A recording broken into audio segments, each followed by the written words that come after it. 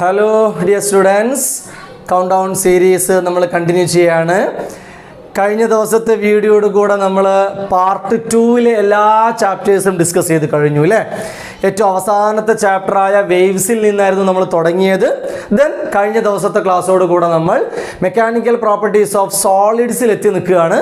എന്ന് വെച്ചാൽ പാർട്ട് 2 എല്ലാ ചാപ്റ്റേഴ്സും നമ്മൾ ഓരോ ദിവസം ഒരു ചാപ്റ്റർ എന്ന തരത്തിൽ കംപ്ലീറ്റ് ചെയ്തു.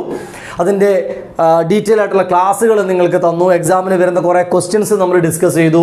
ഇമ്പോർട്ടൻ്റ് ആയിട്ട് ശ്രദ്ധിക്കേണ്ട പോയിന്റ്സ് ഏതൊക്കെയാണെന്ന് പറഞ്ഞു.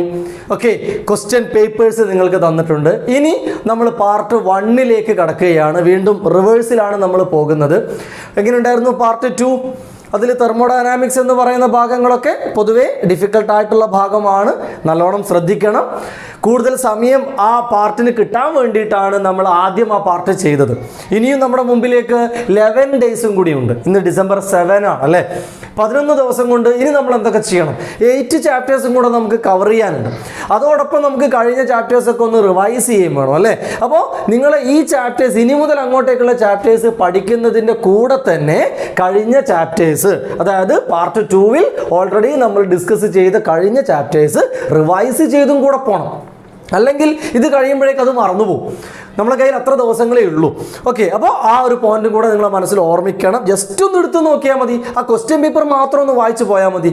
മുഴുവനായിട്ടും വീഡിയോ കാണാൻ നമുക്ക് സമയം ഉണ്ടാവില്ല. ഓക്കെ, അപ്പോൾ പഠിച്ച കാര്യങ്ങളൊന്ന് ഓർമ്മിച്ചെടുക്കുക. ഓക്കെ, അതിന് വേണ്ടിയിട്ട് ആ ക്വസ്റ്റ്യൻ പേപ്പർ അറ്റ്ലീസ്റ്റ് ജസ്റ്റ് ഒന്ന് വായിച്ചു പോവുക. ഇന്ന് നമ്മൾ ഡിസ്കസ് ചെയ്യുന്നത് പാർട്ട് 1 ഏറ്റവും അവസാനത്തെ ചാപ്റ്ററാണ്. Chapter 8 gravitation.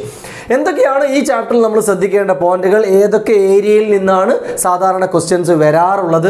എന്തൊക്കെ ഡെറിവേഷൻസ് നമ്മൾ ശ്രദ്ധിക്കണം? ഈ ഒരു കാര്യങ്ങളൊക്കെയാണ് നമ്മൾ ഇന്നത്തെ ഈ വീഡിയോയിലൂടെ പറയാൻ പോകുന്നത്. റെഡി അല്ലേ? ഗ്രാവിറ്റേഷൻ വലിയൊരു ബുദ്ധിമുട്ടില്ലാത്ത ചാപ്റ്ററാണ് അല്ലേ. വളരെ സ്പെസിഫിക് ആയിട്ടുള്ള ചില ഏരിയാസ് ഉണ്ട്. ആ ഏരിയാസ് മാത്രം ഫോക്കസ് ചെയ്ത് പോയാൽ മതി. നമുക്ക് മാർക്ക് സ്കോർ ചെയ്യാൻ വളരെ എളുപ്പമാണ്.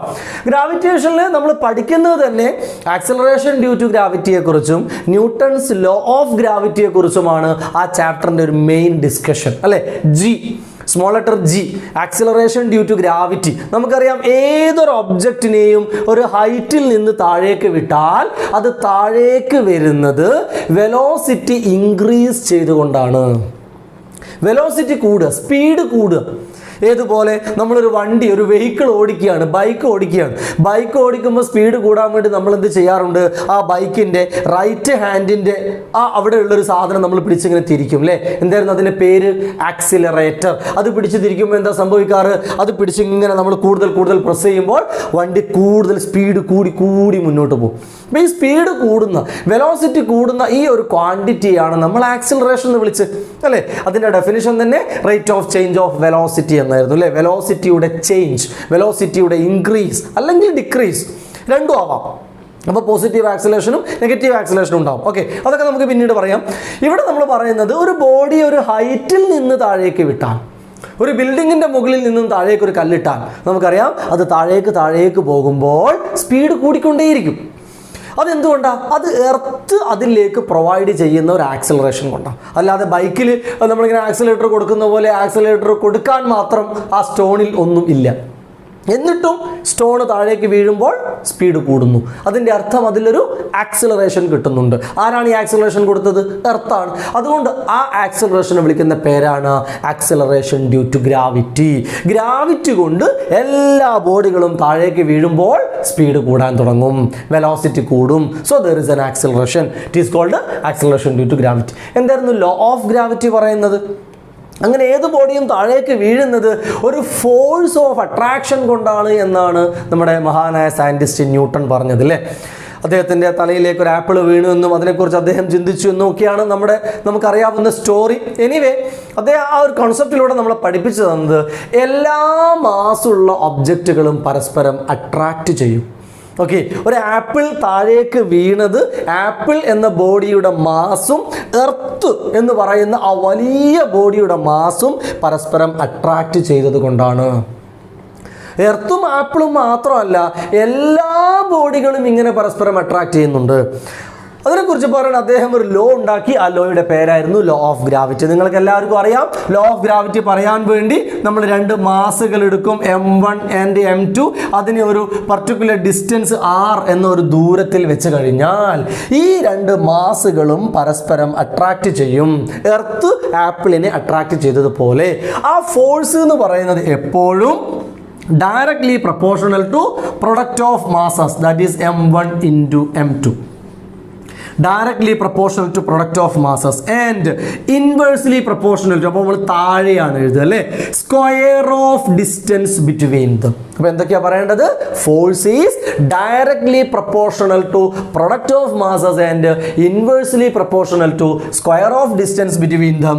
Therefore F is equal to a constant into M1 M2 divided by R square.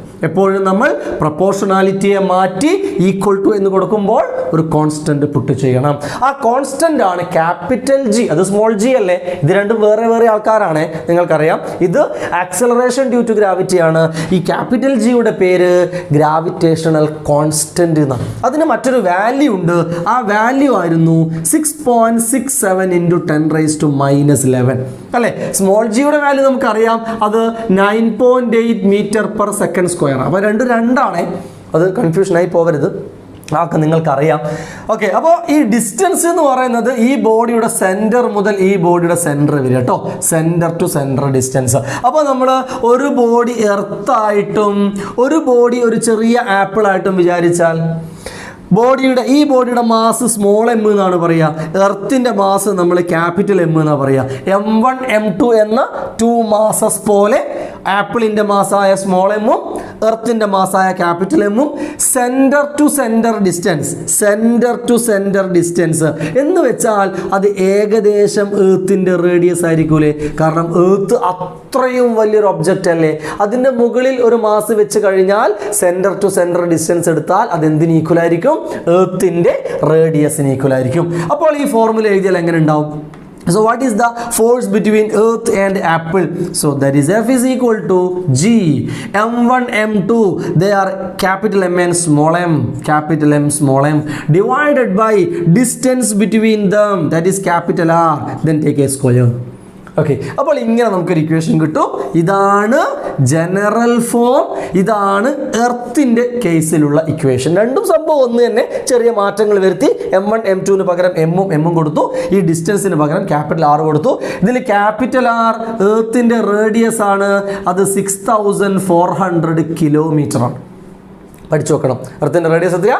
6400 kilometre കേട്ടോ. ക്യാപിറ്റൽ ജിയുടെ വാല്യൂ നമ്മളോട് പറഞ്ഞിട്ടുണ്ട് 6.67 into 10⁻⁻11. ദെൻ ഓൾറെഡി നമുക്ക് എഫിന് അറിയാവുന്ന, എഫ് എന്ന് പറഞ്ഞാൽ ഈ ബോഡിയിൽ ആക്ട് ചെയ്യുന്ന ഫോഴ്സ് അല്ലേ? ആ ഫോഴ്സിന് തന്നെ അല്ലേ നമ്മൾ വെയിറ്റ് എന്ന് വിളിക്കുക? വെയിറ്റ് അല്ലേ? നമുക്കെല്ലാം ഉണ്ടല്ലോ വെയിറ്റിൻ്റെ ഇക്വേഷൻ അല്ലേ mg? നമ്മൾ വേറെ പല കേസുകളിൽ നമ്മൾ പറയുന്നതല്ലേ? അപ്പോൾ ഇത് രണ്ടും ഒന്ന് തന്നെയാണ്. ഇത് 2 തരത്തിൽ ഒരു ഫോഴ്സിനെ ന്യൂട്ടൺ എക്സ്പ്ലെയിൻ ചെയ്തു എന്നേ ഉള്ളൂ.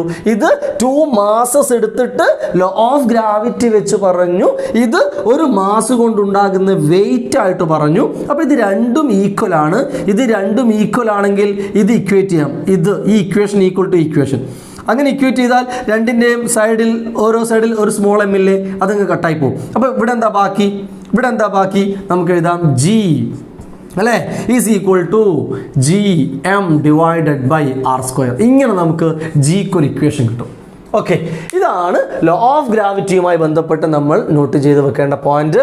അതിൽ നിന്ന് mass and density of earth എന്ന് പറയുമ്പോൾ ഇതിൽ നിന്ന് മാസ് എന്താ? മാസ് ഞാനിവിടെ എഴുതാം.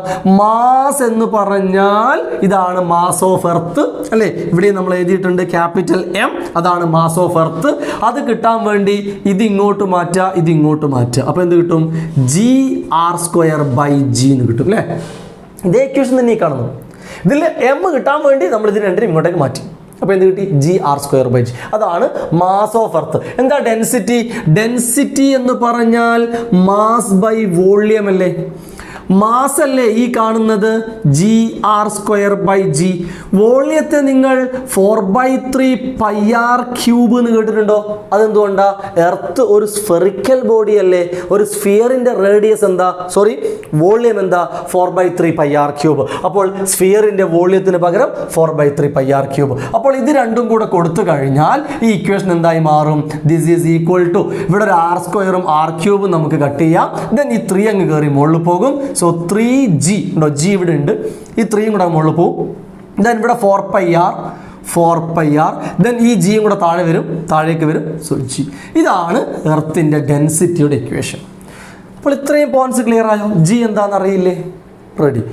ലോ ഓഫ് ഗ്രാവിറ്റി എന്താണെന്ന് മനസ്സിലായില്ലേ? ഡയറക്റ്റ് ക്വസ്റ്റ്യൻ പലപ്പോഴും വന്നിട്ടുണ്ട്.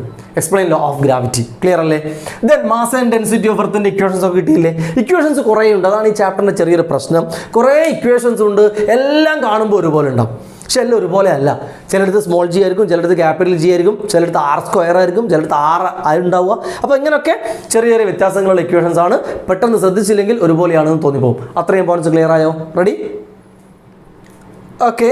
അപ്പോൾ ആദ്യത്തെ ഒരു ഭാഗത്ത് എന്തൊക്കെയാണ് ക്വസ്റ്റ്യൻസ് വരിക എന്ന് ഞാൻ പറഞ്ഞു. ദെൻ നെക്സ്റ്റ് ഒരു പാർട്ടിൽ വരുന്നത് വേരിയേഷൻസ് ഓഫ് ജി. ഇതാണ് ഇതിലെ ഒരു ഇമ്പോർട്ടൻ്റ് ആയിട്ടുള്ളൊരു സാധനം. ഇതിൽ നിന്നാണ് മിക്കവാറും ക്വസ്റ്റ്യൻ വരിക. അതായത് നമ്മൾ പറയുന്ന ജി 9.8 m/s², അത് എല്ലായ്പ്പോഴും എല്ലാ സമയത്തും 9.8 അല്ല. 9.8 എന്നുള്ളത് നമ്മളൊരു ആവറേജ് വാല്യൂ ആയിട്ട് അങ്ങ് എടുക്കുക, അതും എർത്തിൻ്റെ സർഫേസിലാണ് എടുക്കുന്നത്. അതേസമയം പല കാരണങ്ങൾ കൊണ്ടും ഈ വാല്യൂ 9.8-ൽ നിന്ന് മാറിപ്പോവും. അതിനുള്ള 4 റീസൺസ് ആണ് നമ്മൾ പറയുന്നത്. പെട്ടെന്ന് പറയാം. ഫസ്റ്റ് റീസൺ പറയുന്നത് ഷേപ്പ് ഓഫ് എർത്ത്. നമ്മൾ ഇക്വേഷൻ കണ്ടു, g is equal to GM/r². തൊട്ട് മുന്നേ എഴുതിയ ഇക്വേഷൻ ആണ്. സ്മോൾ ജിയുടെ ഇക്വേഷൻ എന്താ? GM/r². അങ്ങനെയാണെങ്കിൽ ജിയും ആറും തമ്മിലുള്ള ഒരു കണക്ഷൻ എങ്ങനെയാ? ഇൻവേഴ്സ് റിലേഷൻ അല്ലേ? അതായത് റേഡിയസ് കൂടുതലുണ്ടെങ്കിൽ ജി കുറവായിരിക്കില്ലേ? റേഡിയസ് കുറവാണെങ്കിൽ ജി കൂടുതലും. എർത്തിന്റെ ഷേപ്പ് നമുക്കറിയാം, നമ്മളതിനെ ജിയോയിഡ് എന്നാണ് പറയുക. ഞാനത് കുറച്ച് ഓവറാക്കി വരച്ചതാണ്. ഈ ഭാഗമാണ് ഇക്വേറ്റർ. ഇങ്ങനെ തള്ളി നിൽക്കുന്ന ഭാഗം, ഇങ്ങനെ പരന്ന് നിൽക്കുന്ന ഭാഗമാണ് പോൾസ് അല്ലേ? പോൾസ്. നമ്മൾ റേഡിയസ് വരച്ചാൽ നോക്കൂ, ഇക്വേറ്ററിലേക്കും പോളിലേക്കും ഒരേ റേഡിയസ് ആണോ? അല്ലല്ലോ, ഇത് കൂടുതലല്ലേ? റേഡിയസ് കൂടുതലാണെങ്കിൽ അവിടെ ജി കുറവായിരിക്കും. ഇവിടെ റേഡിയസ് കുറവാണെങ്കിൽ അവിടെ ജി കൂടുതലായിരിക്കും. എന്ന് വെച്ചാൽ നമ്മൾ പറയുന്ന ഈ 9.8-നേക്കാളും കുറവായിരിക്കും ഇവിടുത്തെ ജി. കുറച്ച് കുറവ്, ഒരുപാടൊന്നുമല്ലേ, ചെറിയൊരു ഡെസിമൽ പോയിന്റ് വ്യത്യാസങ്ങൾ. അതുപോലെ 9.8-നേക്കാളും കുറച്ച് കൂടുതലായിരിക്കും പോൾസിൽ ഉണ്ടാകുന്ന ജിയുടെ വാല്യൂ. അപ്പോൾ അങ്ങനെ എക്സാമിന് ക്വസ്റ്റ്യൻ വരും. ഒരു ബോഡിയുടെ വെയിറ്റ് നോക്കിയാൽ, ഒരു ബോഡിയെ നമ്മൾ ഇക്വേറ്ററിൽ വെച്ച് വെയിറ്റ് നോക്കിയാലും പോളിൽ വെച്ച് വെയിറ്റ് നോക്കിയാലും ഒരേ വെയിറ്റ് ആയിരിക്കുമോ? ഒന്നുമില്ല. വെയിറ്റ് എന്ന് പറഞ്ഞാൽ mg. m ഒരിക്കലും മാറൂല, മാസാണ്. ജി ആണെങ്കിൽ ഇക്വേറ്ററിൽ കുറവും പോളിൽ കൂടുതലുമാണ്. ഓക്കെ, പോളിൽ കൂടുതലാണ് ജി, റേഡിയസ് കുറവ്, ജി കൂടുതൽ. അപ്പോൾ പോളിൽ കൂടുതലായതുകൊണ്ട് പോളിൽ പോയിട്ട് അന്റാർട്ടിക്കയിൽ പോയിട്ട് ഒരു ഒബ്ജക്റ്റിനെ തൂക്കി നോക്കിയാൽ ഇന്ത്യയിൽ തൂക്കി നോക്കിയതിനേക്കാളും വെയിറ്റ് ഉണ്ടാവും. കാരണം ഇന്ത്യ ഇക്വേറ്ററിലാണ്, അന്റാർട്ടിക്ക കിടക്കുന്നത് പോളിലാണ്. ഈ ജോഗ്രഫിയൊക്കെ ഒന്ന് മനസ്സിലാക്കണം. ചിലപ്പോൾ അങ്ങനെ ഉണ്ടാവുക, അന്റാർട്ടിക്കയെ കൊണ്ടുപോയി തൂക്കി നോക്കിയാലായിരിക്കും ഉണ്ടാവുക. ഓക്കെ, അപ്പോൾ അവിടെ മനസ്സിലാക്കേണ്ടത് അത് പോളാണ്. പോളിൽ ജിയുടെ വാല്യൂ കൂടുതലാണ്. mg അതുകൊണ്ട് കൂടും, mg ആണ് വെയിറ്റ്. അപ്പോൾ വെയിറ്റ് അവിടെ കൂടുതലായിരിക്കും എന്ന് മനസ്സിലാക്കാം. അപ്പോൾ അതിൻ്റെ ക്ലിയർ ആയോ? സെക്കൻഡ് റീസൺ ആണ് ഹൈറ്റ്. അതായത് നമ്മൾ ഈ വാല്യൂ പറയുന്നതും ഈ ഇക്വേഷൻ പറയുന്നതും എർത്തിൻ്റെ സർഫേസിൽ നിന്നിട്ടാണ്. അപ്പോൾ ഒരു സംശയം, ഒരാൾ എർത്തിൻ്റെ സർഫേസിൽ നിൽക്കുന്നതിന് പകരം, നമ്മൾ നേരത്തെ എർത്തിൻ്റെ സർഫേസിലാണ് ആപ്പിളിനെ വെച്ചത്, പകരം ആപ്പിളിനൊരു ഹൈറ്റിലാണ് നമ്മൾ വെച്ചതെങ്കിലോ? അപ്പോൾ ഇതിൻ്റെ സെൻറ്റർ ടു സെൻറ്റർ ഡിസ്റ്റൻസ് എന്തായി? ഇത്രയും ദൂരം എർത്തിൻ്റെ റേഡിയസ്, ഇത്രയും ദൂരം പിന്നെയും ഒരു ഹൈറ്റ്. അപ്പോൾ നോർമലി നമ്മൾ r² എന്ന് എടുക്കുന്നതിന് പകരം r+h ഒന്നിച്ചെടുക്കേണ്ടി വരും. എപ്പോൾ? ഒരു ഹൈറ്റിലേക്ക് വെച്ചാൽ. അപ്പോൾ ഇക്വേഷൻ എന്താകും?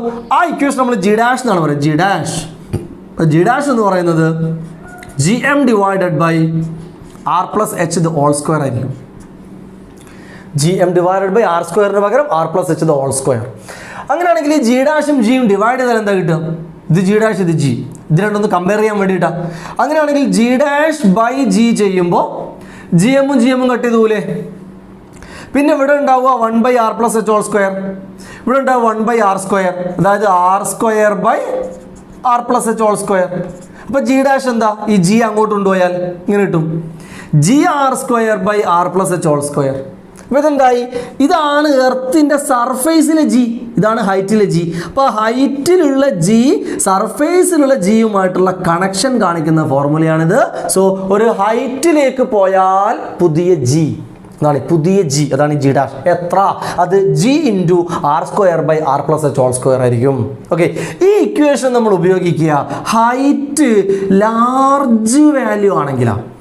ലാർജ് വാല്യൂ എന്ന് പറഞ്ഞാൽ അത്യാവശ്യം kilometres, 500 kilometre above, 1000 kilometre above, എവിടുന്ന് എർത്തിൻ്റെ സർഫേസിൽ നിന്നും. ഓക്കെ, അതായത് എർത്തിൻ്റെ റേഡിയസ് നമുക്കറിയാം 6400 കിലോമീറ്റർ എന്ന് പറഞ്ഞു. അതുമായിട്ട് കമ്പയർ ചെയ്യുമ്പോൾ ചെറിയ ദൂരം, 100 മീറ്റർ, 200 മീറ്റർ, 1 കിലോമീറ്റർ അത്രയൊന്നും പോരാ. അതൊക്കെ സ്മോൾ ഹൈറ്റാണ്. 1 കിലോമീറ്റർ എന്ന് പറയുന്നത് പോലും സ്മോൾ ഹൈറ്റായിട്ട് എടുക്കേണ്ടി വരും. കാരണം എർത്തിൻ്റെ റേഡിയസുമായിട്ട് കമ്പയർ ചെയ്യുമ്പോൾ എർത്തിൻ്റെ റേഡിയസ് ഓൾറെഡി 6400 കിലോമീറ്റർ ഉണ്ട്. അതിൻ്റെ കൂടെ പിന്നെ 1 കിലോമീറ്റർ എന്ന് പറയുമ്പോൾ അത് വളരെ സ്മോളാണ്. അതേസമയം 1000 കിലോമീറ്റർ മുകളിൽ, 2000 കിലോമീറ്റർ മുകളിൽ, അങ്ങനെ വലിയ വലിയ എച്ച് വരുമ്പോഴാണ് ഈ ഫോർമുല യൂസ് ചെയ്യുക. അപ്പോൾ ഒരു സംശയം, ചെറിയ എച്ച് ആണെങ്കിലോ? ചെറിയ എച്ച് ആണെങ്കിൽ ഇക്വേഷന് വ്യത്യാസമുണ്ട്.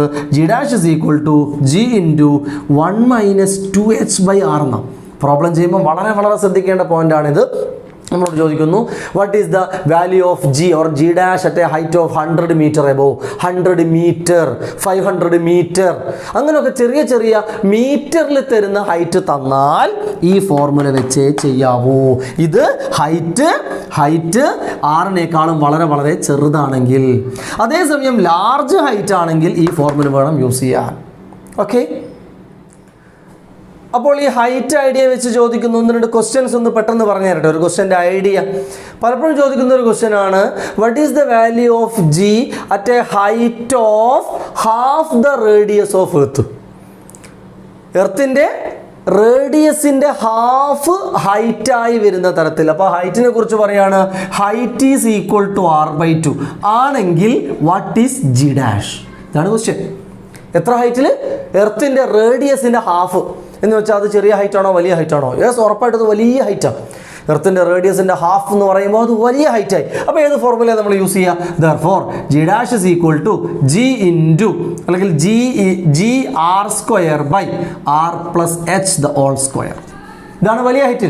ഇവിടെ എച്ചിന് പകരം എന്ത് കൊടുത്താൽ മതി? r/2 കൊടുത്താൽ മതി. So this is equal to gr square by r plus എച്ചിൻ്റെ സ്ഥാനത്ത് r/2, so the whole square. അപ്പോൾ ഇതെന്താ? That is equal to gr square by 2r + r 3r/2 the whole square. അപ്പോൾ എന്ത് കിട്ടും? അത് 9r സ്ക്വയർ ബൈ 4. ആ 4 അങ്ങ് മുകളിൽ പോകും. അപ്പോൾ നമുക്കിവിടെ r സ്ക്വയർ കട്ട് ചെയ്യാം. അപ്പോൾ എത്ര കിട്ടി? g into 4/9. ജി എത്രയാ? ഒറിജിനൽ ജി 9.8 അല്ലേ? So 9.8 into 4/9. ഇത് ചെയ്താൽ ആൻസറായി. ചെയ്താൽ മനസ്സിലായിട്ടുണ്ടോ? നേരെ തിരിച്ചും ചോദിക്കാം. ഏതോ ഒരു ഹൈറ്റിൽ ജി ഡാഷ് എന്ന് പറയുന്നത് പകുതിയാണ്. ജി ഡാഷ് പകുതി ആവണമെങ്കിൽ എത്ര ഹൈറ്റ് മുകളിലോട്ട് പോകണം? 2 ക്വസ്റ്റ്യൻ നമ്മളെ വ്യത്യാസം മനസ്സിലാക്കുക. ഇവിടെ നമ്മളോട് ചോദിക്കുകയാണ് h r/2 ആണെങ്കിൽ ജി ഡാഷ് എത്ര? അടുത്ത ക്വസ്റ്റ്യൻ ചോദിക്കുകയാണ് ജി ഡാഷ് എന്നത് g/2 ആവണമെങ്കിൽ ഹൈറ്റ് എത്ര? ക്വസ്റ്റ്യൻ വ്യത്യാസം മനസ്സിലാക്കുക. അപ്പോൾ അവിടെ ജി ഡാഷ് തന്നിട്ടുണ്ട്, ഹൈറ്റ് എത്ര എന്നാ ക്വസ്റ്റ്യൻ. അപ്പോഴും ഇക്വേഷൻ ഇത് തന്നെ. കാരണം ഒരു ഇക്വേഷൻ എന്ന് പറഞ്ഞാൽ നമുക്ക് അൺനോൺ ആയിട്ടുള്ള ആ ക്വാണ്ടിറ്റി കണ്ടുപിടിക്കാൻ പറ്റുമല്ലോ. അപ്പോൾ ആദ്യം ആലോചിക്കേണ്ടത് ജി ഡാഷ് g/2 ആവുക എന്ന് പറഞ്ഞാൽ സ്മോൾ ഹൈറ്റ് ആയിരിക്കുമോ ലാർജ് ഹൈറ്റ് ആയിരിക്കുമോ? ഉറപ്പായിട്ട് ലാർജ് ഹൈറ്റ് ആയിരിക്കണം. കാരണം g/2 വലിയ മാറ്റമായത്. 9.8 എന്ന് പറയുന്ന വാല്യൂ അതിൻ്റെ പകുതി ആവണം, 4.9 ആവണം. ചെറിയ ഹൈറ്റിലൊന്നും പോയാൽ മതിയാവില്ല. അപ്പോൾ നമ്മൾ എടുക്കുന്നു വീണ്ടും ഈ ഇക്വേഷൻ തന്നെ, g dash is equal to gr square by r + h the whole square. ഇവിടെ എന്താ സബ്സ്റ്റിറ്റ്യൂട്ട് ചെയ്യേണ്ടത്? ജി ഡാഷ് തന്നിട്ടുണ്ട്, അപ്പോൾ ജി ഡാഷിന് പകരം കൊടുക്കുന്നു g/2. That is equal to gr square by r + h the whole square. Then നമുക്ക് g cut ചെയ്യാം. Okay, then രണ്ട് സൈഡും റൂട്ട് എടുക്കുക. കാരണം ഈ എച്ച് ആണ് നമുക്ക് കാണേണ്ടത്. എച്ച് ഓൾറെഡി ഒരു സ്ക്വയർ ആയിട്ടുള്ള ടേമിലാണ് കിടക്കുന്നത്. അപ്പോൾ അത് കിട്ടാനുള്ള എളുപ്പത്തിന് വേണ്ടി ബോത്ത് സൈഡ് റൂട്ട് എടുത്താൽ 1/√2 ഈസ് ഈക്വൽ ടു r/r+h എന്ന്. അപ്പോൾ ഈ ഭാഗം ചെറുതായി ക്രോസ് മൾട്ടിപ്ലൈ ചെയ്താൽ r+h ഈക്വൽ ടു r√2 എന്ന് കിട്ടും. അപ്പോൾ എച്ച് എന്താ? Therefore h equal to r√2 minus r, അല്ലെങ്കിൽ r × √2 മൈനസ് 1. ഇത് കാൽക്കുലേറ്റ് ചെയ്താൽ മതി. r നമുക്കറിയാം 6400 കിലോമീറ്റർ. അപ്പോൾ 6400 × √2 മൈനസ് 1. ഈ രണ്ട് ക്വസ്റ്റ്യൻ നമ്മളുടെ വ്യത്യാസം മനസ്സിലായോ? ഒന്ന് ഹൈറ്റ് ഇത്ര എന്ന് തന്നിട്ട് g' കണ്ടുപിടിക്കാൻ പറയും. മറ്റൊന്ന് g' ഒരു വാല്യൂ തന്നിട്ട് ഹൈറ്റ് കാണാൻ പറയും. നോക്കണം അത് വലിയ ഹൈറ്റ് ആണോ വലിയ വേരിയേഷൻ ആണോ എന്ന് നോക്കിയിട്ടാണ് നമ്മൾ ഈ പ്രോബ്ലം ചെയ്യുക. ഇതേ സമയം നമ്മളോട് ചോദിക്കുകയാണ് g' കണ്ടുപിടിക്കണം at a height of 1 kilometre. At a height of 1 kilometre എന്ന് പറയുമ്പോൾ നമ്മൾ എന്താ ചെയ്യുക? വാട്ട് ഈസ് g' എന്ത് at a height of 1 kilometre എന്നൊക്കെ ചോദിച്ചാൽ നമ്മൾ ചെയ്യുന്നത് g' is equal to g × 1 - 2h/r വെച്ചാൽ ചെയ്യാം. That is equal to g × 1 - 2 × 1 divided by 6400. ഇത് വെച്ചിട്ട് ചെയ്താൽ മതി. ഇത് വെച്ച് നിങ്ങൾ ചെയ്ത് നോക്കുക, അപ്പോൾ കിട്ടുന്ന ആൻസർ ആയിരിക്കും. ഓക്കെ, അപ്പോൾ സ്മോൾ ഹൈറ്റും ലാർജ് ഹൈറ്റും കൺഫ്യൂഷൻ ആവരുത്. ഇത് നിങ്ങൾക്ക് മിക്കവാറും പ്രതീക്ഷിക്കാവുന്ന ഒരു ക്വസ്റ്റ്യൻ ആണ്. റെഡി അല്ലേ? വേരിയേഷൻ ഓഫ് ജിയിൽ തന്നെ അടുത്ത നമ്മൾ ശ്രദ്ധിക്കേണ്ട പോയിന്റ് ആണ് ഡെപ്തിലേക്ക് പോകുമ്പോൾ ഉണ്ടാകുന്ന ജി വേരിയേഷൻ എന്ത്. ഇപ്പം നമ്മൾ ഹൈറ്റ് വേരിയേഷനാണ് പറഞ്ഞത്. അതുപോലെ ഡെപ്തിലേക്ക് പോകുമ്പോൾ എന്താ സംഭവിക്കുക? ഡെപ്തിലേക്ക് പോകുമ്പോൾ നമ്മൾ ഡെൻസിറ്റിയുമായി ബന്ധപ്പെട്ട് നേരത്തെ ഒരു ഇക്വേഷൻ പറഞ്ഞിരുന്നു, 3g ഡിവൈഡഡ് ബൈ 4πrg. അങ്ങനെയാണെങ്കിൽ ജി എന്താ? ദർഫോർ ജി, ഇത് സർഫേസിനുള്ള ഇക്വേഷൻ ആണ്, 4πrg × ഡെൻസിറ്റി ഡിവൈഡഡ് ബൈ 3. ശരിയല്ലേ? ജി ഇതാണ് എർത്തിൻ്റെ സർഫേസ്. എർത്തിൻ്റെ സർഫേസിൽ ഇനി ഒരാൾ എർത്തിൽ നിന്നും താഴേക്ക് ഒരു കുഴി ഉണ്ടാക്കി. കണ്ടോ? ഒരു ഡി ഡെപ്തിൽ. ഇത് ഡി എന്ന് കൊടുക്കണ്ട, ഇത് നമുക്ക് കൊടുക്കാം ഡെൻസിറ്റിക്ക് നമുക്ക് റോ എന്ന് കൊടുക്കാം. റോ അപ്പോൾ ഇവിടെയും കൊടുക്കാം റോ. ഓക്കെ, കാരണം നമ്മൾ ഈ ഡെപ്തിന് ഡി എന്ന് കൊടുക്കുക. അപ്പോൾ ഡെപ്ത് ഡിയും ഡെൻസിറ്റി ഡിയും കൺഫ്യൂഷൻ ആവണ്ട. ഡെപ്ത് ആണ് ഡി, ഡെൻസിറ്റി റോ ആണ് കേട്ടോ. അങ്ങനെയാണെങ്കിൽ ഒരു ഡെപ്തിലേക്ക് വന്നു കഴിഞ്ഞാൽ, ഇതിൻ്റെ ഉള്ളിലേക്ക് ഒരു കുഴിയെടുത്ത് വന്നു കഴിഞ്ഞാൽ അവിടെയുള്ള ജി എന്തായിരിക്കും? അതിനുവേണ്ടി നമ്മൾ g' എഴുതും. Therefore g' that is equal to 4π, അത് കോൺസ്റ്റന്റ് ആണ്. ഇനി r ഉണ്ടാവില്ല. r ഫുൾ സൈസ് എടുത്തപ്പോഴാണ് r എന്നുള്ളത്. ഫുൾ സൈസ് എടുത്തപ്പോൾ, സർഫേസിൽ എടുത്തപ്പോൾ, ഇവിടെ എടുത്താൽ ഒരു ഡി നമ്മൾ മൈനസ് ചെയ്യണ്ടേ അല്ലേ? So r minus d, g constant, density constant by 3. കേട്ടോ? അപ്പോൾ ഇത് ജി അറ്റ് എ സർഫേസ്, ഇത് ജി അറ്റ് എ ഡെപ്ത്. അപ്പോൾ ഇത് ഡിവൈഡ് ചെയ്താൽ എന്താ കിട്ടുക? കമ്പയർ ചെയ്യാൻ വേണ്ടി g'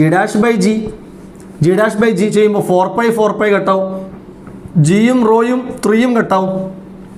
ഇവിടെ ബാക്കി r മൈനസ് ഡി, ഇവിടെ ബാക്കി r.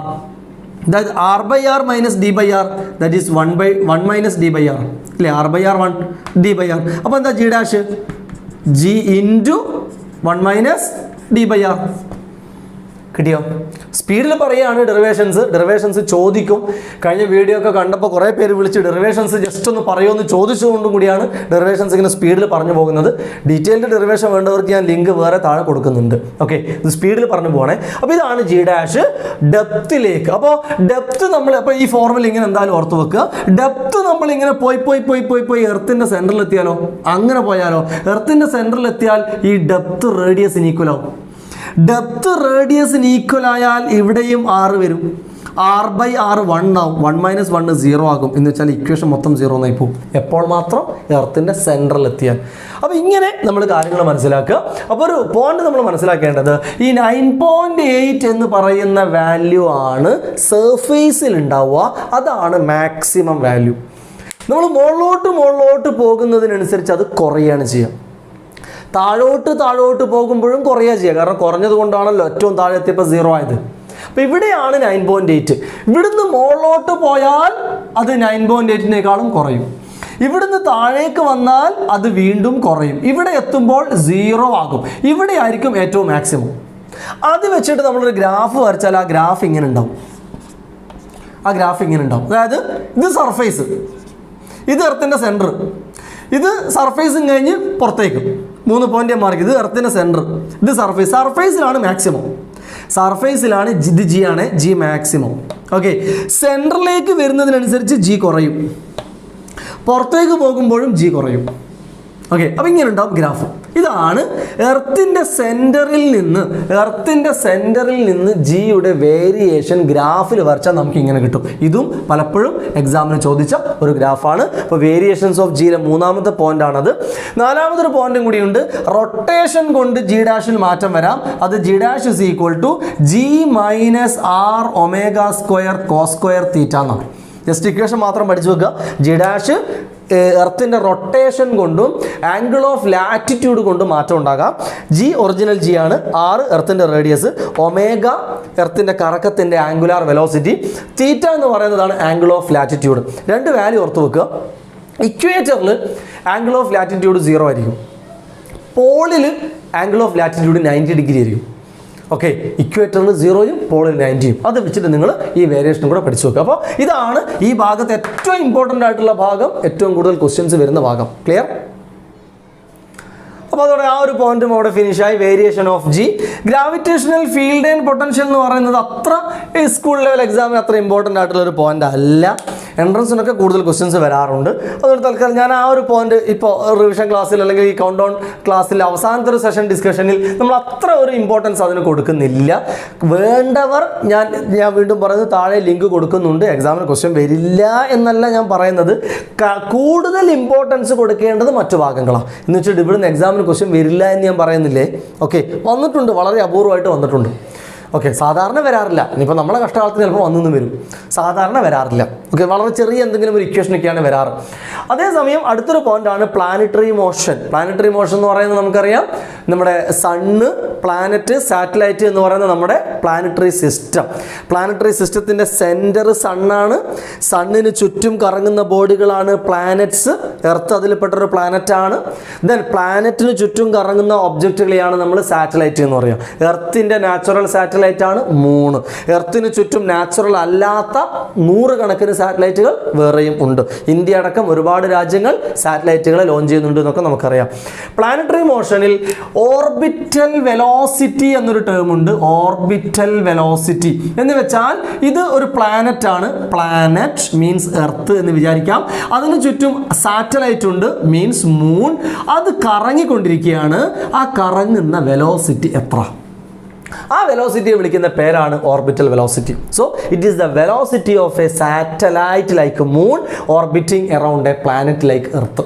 ഓക്കെ, എർത്തിന് ചുറ്റും കറങ്ങുന്ന മൂണിൻ്റെ വെലോസിറ്റി. അത് കിട്ടാൻ വേണ്ടി നമ്മൾ ചെയ്യുന്നത് എല്ലാ സർക്കുലാർ മോഷനും സെൻട്രിപെറ്റൽ ഫോഴ്സ് വേണം. ഓക്കെ, ഈ പ്ലാനറ്റും മൂണും മാസ് കൊണ്ട് പരസ്പരം അട്രാക്റ്റ് ചെയ്യും. അതുകൊണ്ട് അവർക്കിടയിൽ ഒരു ഗ്രാവിറ്റേഷണൽ ഫോഴ്സ് ഉണ്ടാകും. അപ്പോൾ എന്തൊക്കെയുണ്ട്? സെൻട്രിപെറ്റൽ ഫോഴ്സ് വേണം കറങ്ങാൻ. ആ സെൻട്രിപെറ്റൽ ഫോഴ്സ് ഇവിടെ പ്രൊവൈഡ് ചെയ്യുന്നത് അവർക്കിടയിലുള്ള ഗ്രാവിറ്റേഷണൽ ഫോഴ്സ് ആയിരിക്കും. ഓക്കെ, അപ്പോൾ ഗ്രാവിറ്റേഷണൽ ഫോഴ്സ് സെൻട്രിപെറ്റൽ ഫോഴ്സായി മാറുന്നു. എന്തായിരുന്നു സെൻട്രിപെറ്റൽ ഫോഴ്സിൻ്റെ ഇക്വേഷൻ? mv²/r. r എന്ന് പറയുമ്പോൾ ഇവിടുന്ന് തൊട്ട് ഇവിടം വരെയുള്ള ഡിസ്റ്റൻസ് ആണ്. ഇവിടുന്ന് തൊട്ട് ഇവിടം വരെ എന്ന് പറയുമ്പോൾ എർത്തിൻ്റെ റേഡിയസ് ഉണ്ടാവും, പിന്നെ ഹൈറ്റും ഉണ്ടാവും. അപ്പോൾ r+h അല്ലേ? സോ r+h, mv²/r പകരം r+h, that is equal to g m mass of earth, m mass of moon by r square പകരം r+h the whole square. അപ്പോൾ നമുക്കൊരു വി അല്ല, ഒരു എം കട്ട് ചെയ്യാം, ഒരു r+h കട്ട് ചെയ്യാം. അപ്പോൾ ഇക്വേഷൻ കിട്ടി. v² is gm/r+h or v is equal to √gm/r+h. കിട്ടിയോ? ഇതിനെയാണ് നമ്മൾ ഓർബിറ്റൽ വെലോസിറ്റി എന്ന് പറയുന്നത്. വളരെ സിമ്പിൾ ആയിട്ടുള്ള ഒരു ഡെറിവേഷൻ ആണ്. ഡെറിവേഷൻ ചെയ്ത് പഠിക്കുക. ഇതിന് സ്പെഷ്യൽ കേസ് ഉണ്ട്. സ്പെഷ്യൽ കേസ് എന്ന് പറഞ്ഞാൽ ഹൈറ്റ് വളരെ വളരെ ചെറുതാണെങ്കിൽ, എന്തുമായി? റേഡിയസ് ഓഫ് എർത്തുമായിട്ട് കമ്പയർ ചെയ്യുമ്പോൾ വളരെ ചെറുതാണെങ്കിൽ നമ്മൾ ഈ h എടുക്കില്ല. അപ്പോൾ ഇക്വേഷൻ എന്ത് മാത്രം? v equal to √gm/r. ഇതിനെ നമ്മൾ വിളിക്കുന്ന പേരാണ് മിനിമം ഓർബിറ്റൽ വെലോസിറ്റി. ക്ലിയർ അല്ലേ? അടുത്തത് time period of a satellite ആണ്. എന്ന് വെച്ചാൽ ഈ സാറ്റലൈറ്റ് ഇവിടുന്ന് കറങ്ങി ഇങ്ങനെ വന്ന് ഇവിടെ തിരിച്ചെത്താൻ എത്ര സമയം വേണം? അതിനെ വിളിക്കുന്ന പേരാണ് time period of a satellite. അതിൻ്റെ ഇക്വേഷൻ വരുന്നത് t is equal to 2π into √r+h all cube divided by gm എന്നാണ് ഇക്വേഷൻ. പഠിച്ചു വെക്കാം. ഒരു പ്രാവശ്യം കറങ്ങി വരാൻ വേണ്ട ടൈമിൻ്റെ ഇക്വേഷൻ. ഡെറിവേഷൻ ആവശ്യമുള്ളവർ താഴെ ലിങ്ക് നോക്കുക. കൂടുതലും ഡെറിവേഷൻ വന്നത് ഓർബിറ്റൽ വെലോസിറ്റിയുടെ ഡെറിവേഷനാണ്. ഈ ഡെറിവേഷൻ നിങ്ങൾ പഠിച്ചു വെക്കുക. ക്ലിയർ ആയല്ലോ? അപ്പോൾ പ്ലാനറ്ററി മോഷൻ എന്ന് പറയുന്ന ഭാഗത്ത് നമ്മൾ തീർച്ചയായിട്ടും പഠിക്കേണ്ടത് ആ 2 പോയിന്റുകളാണ്. Then escape velocity. ഓക്കെ, എന്താണ് എസ്കേപ്പ് വെലോസിറ്റി? നമ്മളിപ്പോൾ എർത്തിൻ്റെ സർഫേസിൽ നിന്നൊരു ബോഡിയെ മുകളിലോട്ടേക്ക് എറിഞ്ഞാൽ എന്താ സംഭവിക്കുക? ഒരു ബോഡി മുകളിലോട്ട് എറിഞ്ഞാൽ കുറച്ച് മുകളിൽ പോയി തിരിച്ചും വരും. കുറച്ചും കൂടെ സ്പീഡ് കൂട്ടി എറിഞ്ഞാലോ കുറേയും കൂടെ മുകളിൽ പോയി തിരിച്ചു വരും. നല്ല ഒരു സ്പീഡിൽ അങ്ങ് എറിഞ്ഞാൽ ഈ തിരിച്ച് വരുന്നത് എർത്തിൻ്റെ അട്രാക്ഷൻ അവിടെ ഉള്ളതുകൊണ്ടാണ്. ആ അട്രാക്ഷൻ ഉള്ള സ്ഥലത്തെയാണ് നമ്മൾ ഫീൽഡ് എന്ന് പറയാം, ഗ്രാവിറ്റേഷണൽ ഫീൽഡ്. അത് എർത്തിൻ്റെ കുറച്ച് മുകളിൽ വരെ എങ്ങനെ ഉണ്ടെന്ന് വിചാരിച്ചോ. നമ്മളൊരാളൊരു കല്ല് എറിഞ്ഞപ്പോൾ ആ എറിഞ്ഞ ശക്തി കൊണ്ട് അത് ഫീൽഡിൻ്റെ പുറത്തെത്തിപ്പോയി. ഫീൽഡിൻ്റെ പുറത്തെത്തിക്കഴിഞ്ഞാൽ പിന്നെ എർത്തിന് അതിനെ അട്രാക്ട് ചെയ്യാൻ പറ്റില്ല. അപ്പോൾ ആ ബോഡി അങ്ങ് പോവും. ഒരിക്കലും എർത്തിലേക്ക് തിരിച്ചു വരാതെ എസ്കേപ്പ് ചെയ്തങ്ങ് പോവും. ആ ഒരു ഐഡിയ നമ്മൾ വിളിക്കുന്ന പേരാണ് എസ്കേപ്പ് വെലോസിറ്റി. ഓക്കെ, സോ വളരെ വളരെ ഇമ്പോർട്ടൻ്റ് ആയിട്ടുള്ളൊരു പോയിൻ്റാണ്. എക്സാം ലെവലിൽ വീണ്ടും ക്വസ്റ്റ്യൻ ഇടുന്ന ആൾക്കാർക്ക് വളരെ താല്പര്യമുള്ളൊരു വിഷയമാണിത്. എസ്കേപ്പ് വെലോസിറ്റി മിക്കവാറും ചോദിക്കും, നോട്ട് ചെയ്ത് വെച്ചേക്കും. എസ്കേപ്പ് വെലോസിറ്റി എന്താ? എസ്കേപ്പ് വെലോസിറ്റി എന്ന് പറഞ്ഞാൽ ഒരു ബോഡിയെ നമ്മൾ ത്രോ ചെയ്യുന്നൊരു വെലോസിറ്റിയാണത്. It is the velocity of throw of a body such that the body escapes from gravitational field of earth. എങ്ങനെ എന്ത് ചെയ്യണം? ആ ഒരു വെലോസിറ്റിയിൽ എറിഞ്ഞു കഴിഞ്ഞാൽ ആ ബോഡി ഒരിക്കലും തിരിച്ചു വരാത്ത തരത്തിൽ എർത്തിൻ്റെ ഗ്രാവിറ്റേഷൻ ഫീൽഡിൽ നിന്നും രക്ഷപ്പെട്ടു പോകണം. അതിനെ നമ്മൾ വിളിച്ച പേരാണ് എസ്കേപ്പ് വെലോസിറ്റി. എസ്കേപ്പ് വെലോസിറ്റിയുടെ ഇക്വേഷൻ ഡിറൈവ് ചെയ്യാൻ പറയും. ഓക്കെ, ഞാൻ താഴെ ലിങ്ക് കൊടുക്കുന്നുണ്ട്. ആവശ്യമുള്ളവർ ആ ലിങ്ക് കാണുക. ഉറപ്പായിട്ടും അത് പഠിച്ചു പോകണം. ഇതൊക്കെ എല്ലാവരും പഠിച്ചിട്ടുണ്ടാവുമെന്നാണ് ഞാൻ വിചാരിക്കുന്നത്. എസ്കേപ്പ് വെലോസിറ്റി ഒന്നും അറിയാത്ത ആൾക്കാരുണ്ടാവില്ല. അതുകൊണ്ട് പറഞ്ഞു തന്നെ ഞാൻ വീണ്ടും പറഞ്ഞ് നിങ്ങളെ സമയം കളയുന്നില്ല. അതുകൊണ്ട് ഈ ഡെറിവേഷൻ ഓർമ്മിപ്പിച്ച് പറയുന്നു, നിർബന്ധമായിട്ട് പഠിക്കുക. അതിൻ്റെ ഫൈനൽ ഇക്വേഷൻ ഇങ്ങനെയാണ് കിട്ടുക. Escape velocity is equal to √2gm/r എന്നാണ് ഇക്വേഷൻ കിട്ടുക. √2gm/r. അതേസമയം തൊട്ട് മുന്നേ നമ്മൾ ഓർബിറ്റൽ വെലോസിറ്റി പഠിച്ചപ്പോൾ അത് √gm/r+h എന്ന് കിട്ടിയിരുന്നു. പിന്നീട് നമ്മൾ ഇതിനൊരു സ്പെഷ്യൽ കേസ് പറഞ്ഞപ്പോൾ h വളരെ ചെറുതാണെങ്കിൽ ഇത് ഒഴിവാക്കാമെന്നും പറഞ്ഞിരുന്നു. അപ്പോൾ ഇത് രണ്ടും നമ്മളെ കണക്ഷൻ എന്താ ഒന്ന് നോക്കിയേ. ഇവിടെ ഒരു 2 അധികം ഉണ്ട്, അല്ലെങ്കിൽ ഇവിടെ ഒരു 2 കുറവാണ് എന്ന് വെച്ചാൽ v എസ്കേപ്പ് എന്ന് പറയുന്നത് √2 ഓഫ് v ഓർബിറ്റ് ആയിരിക്കും അല്ലേ. ഇതിനെ √2 കൊണ്ട് മൾട്ടിപ്ലൈ ചെയ്താൽ ഇത് കിട്ടും എന്നർത്ഥം. അപ്പോൾ ഇതും പലപ്പോഴും എക്സാമിന് ചോദിച്ചതാണ്. എസ്കേപ്പ് വെലോസിറ്റിയും ഓർബിറ്റൽ വെലോസിറ്റിയും തമ്മിൽ എന്താ റിലേഷൻ? റിലേഷൻ ഇതാണ്. Escape velocity is √2 times of orbital velocity. Escape വെലോസിറ്റിയുടെ വാല്യൂ ചോദിക്കും. ഈ വാല്യൂ വരുന്നത് 11.2 km/s ആണ്. എത്രയാ? 11.2 km/s എസ്കേപ്പ് വെലോസിറ്റിയുടെ വാല്യൂ. അപ്പോൾ അതും കൂടെ ഓർത്ത് വെച്ചേക്കണം. പിന്നെയുള്ളത് കെപ്ലേഴ്സിൻ്റെ 3 നിയമങ്ങളാണ്. Law of area, law of period, law of orbit എന്ന് പറയുന്ന 3 ലോ. ഈ 3 ലോയുടെ ബേസിക് സ്റ്റേറ്റ്മെൻറ്റുകൾ മാത്രം പഠിച്ച് പോയേക്ക്. അപ്പോൾ മാർക്ക് സ്കോർ ചെയ്യാൻ വളരെ എളുപ്പമുള്ള ചാപ്റ്ററാണ്. പ്രോബ്ലംസ് വരുമ്പോൾ വേരിയേഷൻ ഓഫ് ജിയിൽ നമ്മൾ ഹൈറ്റുമായി ബന്ധപ്പെട്ട പ്രോബ്ലം കാണിച്ചു തന്നിട്ടുണ്ട്. മിക്കവാറും അതാണ് വരിക. അതല്ലെങ്കിൽ ലോ ഓഫ് ഗ്രാവിറ്റിയിൽ F=gm1m2/r² വെച്ചിട്ടുള്ള പ്രോബ്ലം ചോദിക്കും. അതൊന്ന് നോട്ട് ചെയ്ത് പോയേക്കണം. ദെൻ പ്ലാനറ്ററി മോഷനിൽ എസ്കേപ്പ് വെലോസിറ്റിയുടെയും ഓർബിറ്റൽ വെലോസിറ്റിയുടെ പ്രോബ്ലം ചോദിക്കും. ഓർബിറ്റൽ വെലോസിറ്റിയും എസ്കേപ്പ് വെലോസിറ്റിയും നമ്മൾ കണക്ട് ചെയ്തുകൊണ്ടുള്ള പ്രോബ്ലം ചോദിക്കും. ഇത്രയൊക്കെ വരുള്ളൂ. ഓക്കെ, നോർമലി വരുന്ന ക്വസ്റ്റ്യൻസ് അങ്ങനെയൊക്കെയാണ്. നല്ലോണം പഠിച്ചു പോവുക. ഗ്രാവിറ്റേഷൻ ഒന്നും മാർക്ക് സ്കോർ ചെയ്യാൻ ഒരു ബുദ്ധിമുട്ടുമില്ലാത്ത ചാപ്റ്ററാണ്. ഇത്രയും ഏരിയാസ് മാത്രം നോക്കി പോയാൽ മതി. ഞാൻ വീണ്ടും പറയുന്നു, ഡീറ്റെയിൽ ആയിട്ട് പ്രോബ്ലംസും കൂടുതൽ ഡീറ്റെയിൽഡ് തിയറിയും വേണ്ടവർക്ക് താഴെ ലിങ്ക് കൊടുക്കുന്നുണ്ട്. അതും കൂടി ഒന്ന് കണ്ടേക്കുക. അപ്പോൾ റെഡിയാണല്ലോ? ഓക്കെ, ഗ്രാവിറ്റേഷനിൽ ഒന്നും ബാക്കിയില്ല. ഇത്രയും പോയിന്റ്സ് പഠിച്ചു പോയി കഴിഞ്ഞാൽ ഫുൾ മാർക്ക്. ബൈ.